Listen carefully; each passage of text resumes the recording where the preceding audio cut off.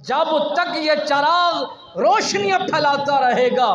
ہمارے آباء و اجداد کا دین اور ہم جس مشن کے تحت ہم عمل کرنے کو تیار ہیں، یہ مشن رک جائے گا۔ حضرت امام مسلم بن عقیل سرکار کو جب بے دردی کے ساتھ شہید کر دیا گیا، مختصراً میں عرض کر رہا ہوں، جب شہادت آپ سرکار نے نوش فرمائی، جام شہادت کو پی لیا، اس وقت یہ خبر گردش کر جاتی ہے،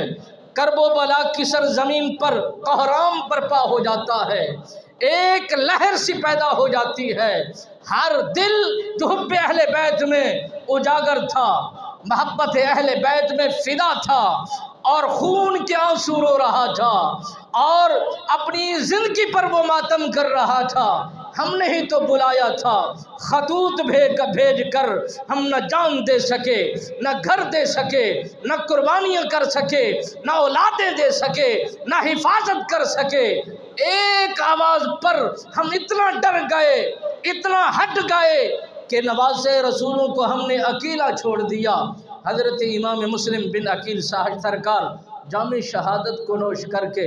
اللہ کے حضور سپرد ہو جاتے ہیں، روح روانہ ہو جاتی ہے، نواز رسول نبی رحمت فخر موجودات صلی اللہ علیہ وبارک وسلم سرکار کے حضور جا پہنچتی ہے۔ آپ حضرات سارے اس بات پر ذرا غور کیجئے، فکر کیجئے، نبی رحمت فخر موجودات صلی اللہ علیہ وبارک وسلم سرکار کے اس فرد جوان انسان کو جب بے دردی کے ساتھ شہید کیا گیا ہوگا،